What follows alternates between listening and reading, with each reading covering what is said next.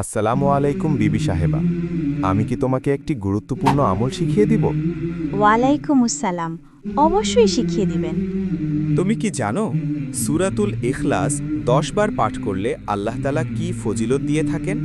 না, আমার জানা নেই। তুমি আমাকে বলে দাও এর ফজিলত কি?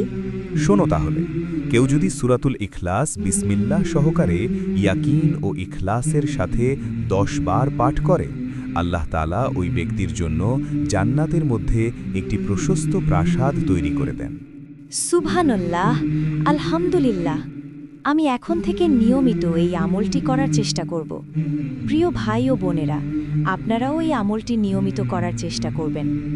সম্মানিত ভিউয়ার, আমাদের এই ধরনের ইসলামিক শিক্ষামূলক ভিডিও পেতে যারা ইউটিউব থেকে দেখতেছেন আমাদের চ্যানেলটি সাবস্ক্রাইব করে রাখবেন, এবং যারা ফেসবুক থেকে দেখতেছেন আমাদের ফেসবুক পেজটি ফলো দিয়ে রাখবেন। আবার আগামী ভিডিওতে দেখা হবে ইনশাআল্লাহ।